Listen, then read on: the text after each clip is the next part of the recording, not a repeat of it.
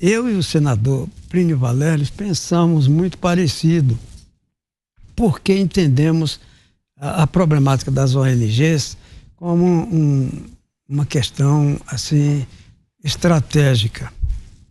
E para entender o problema, nós precisamos fazer uma digressão sobre as ONGs no atacado e não no varejo. Certo? A instituição foi criada oficialmente com o reconhecimento pela ONU, a Carta da ONU, o artigo 71, implicitamente ele reconheceu a existência das ONGs.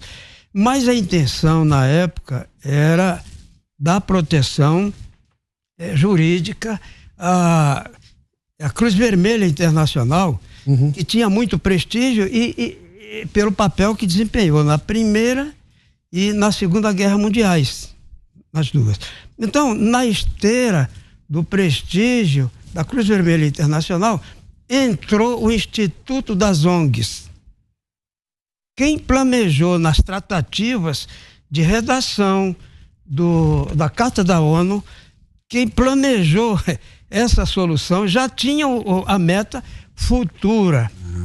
Então, posteriormente, durante a Guerra Fria, houve um aproveitamento do Instituto das ONGs que permite duas coisas importantes. Primeiro, acessar com facilidade qualquer lugar, sem as restrições normais do turista e do cidadão, que está sujeito aos controles da soberania dos estados. E, no caso do status da ONG, isso tudo fica atenuado, facilitado, certo? E esse é o primeiro aspecto. O segundo aspecto é que quem criou o Instituto das ONGs visualizava a proteção das grandes fortunas, das transações financeiras, sem pagar imposto de renda, sem as atribuições fiscais dos estados e sem a taxação de herança. Então, isso tinha uma finalidade. Sim. Eu estou falando aqui, me reportando aos estrategistas do antigo Império Britânico, que estava em extinção depois da Segunda Guerra Mundial, e conseguiram inserir na Carta da ONU, de forma implícita, no artigo 71, o Instituto das ONGs, reconhecendo a legalidade das ONGs, e todo mundo baseou-se no paradigma da Cruz Vermelha Internacional. Só que na esteira desse paradigma entrou uma porção de outras coisas mais. E o senhor acha que exatamente essa investigação pode esclarecer isso? Veja só para a gente trazer o senador para a conversa. Nós vamos chegar no Brasil, porque por enquanto nós estamos entendendo na questão estratégica da criação, da destinação do papel das ONGs, né? Durante a Guerra Fria, houve um aproveitamento do Instituto das ONGs para criar grupos assim de trabalho com finalidade geopolítica. Os dois polos multiplicaram a existência de ONGs com finalidade geopolítica. Posteriormente, houve um aproveitamento político por alguns países. No caso do Brasil, as ONGs políticas se tornaram um apêndice, assim, um acréscimo, um braço dos partidos políticos. Sim. Se você for verificar a ABONG, que é a Associação Brasileira de ONG, isso, ela congrega a maior parte dessas ONGs de natureza política, de finalidade General, política. Deixa eu só pegar esse ponto aqui. Pelo que o general está nos contando aqui, todo esse aparato legal, isso é desafiador do ponto de vista jurídico até para, digamos, não digo culpabilizar, mas responsabilizar essas ONGs que atuam na Amazônia? Sim, porque essa arrogância vem, como o general está historiando, essa arrogância vem disso.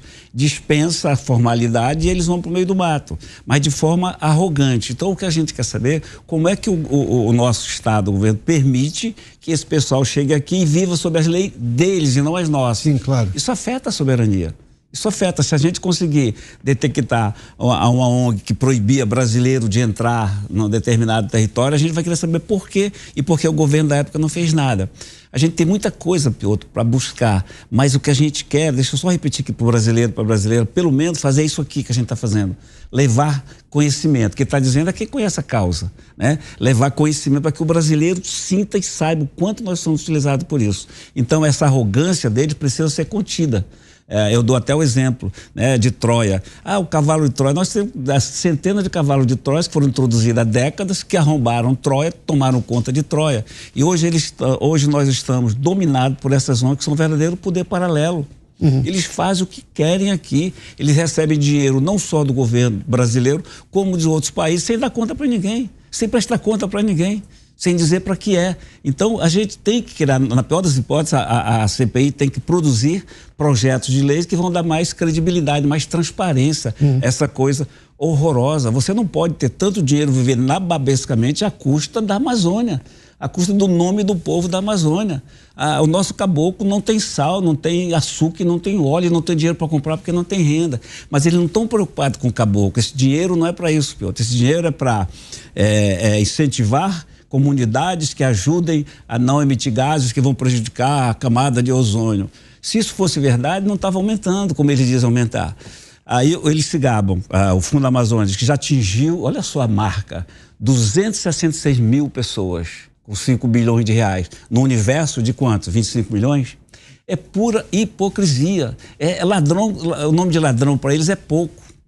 Ladrão é pouco para essa gente, porque eles humilham, eles são arrogantes, eles desdenham, eles riem da gente. Tem gente que fica rindo, Piotr, a gente está falando que a CPI não vai nada e fica rindo que não vai dar em nada. Quer dizer, quando você faz a sua tarefa de cidadão, a gente pode sim, a gente pode. Tomara que o Supremo não interfira, impedindo que a gente quebre o sigilo bancário.